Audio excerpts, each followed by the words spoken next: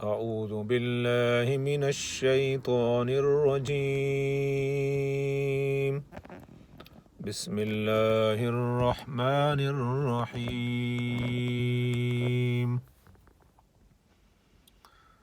وقال الذي اشتراه من مصر لامرأته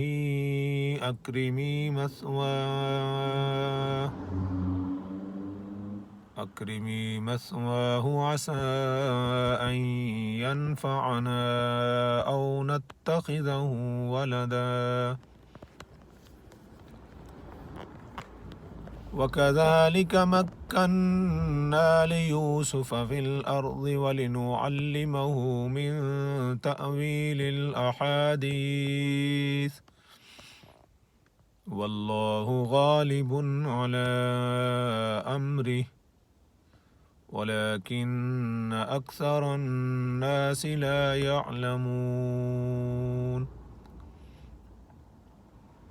ولما بلغ أشده آتيناه حكما وعلما وكذلك نجزي المحسنين.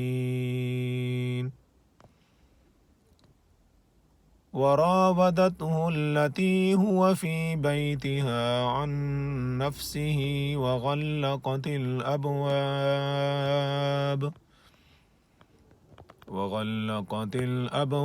وقالت هيت لك قال معاذ الله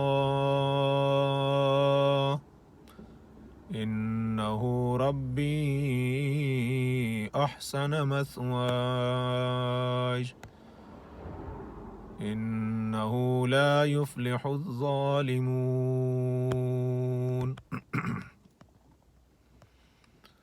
ولقد همت به وهم بها لولا أن رأى برهان ربه كذلك لنصرف عنه السوء والفحشاء إنه من عبادنا المخلصين. واستبق الباب وقدت قميصه من دبر وألف يا سيدها لدى الباب قالت ما جزاء من أراد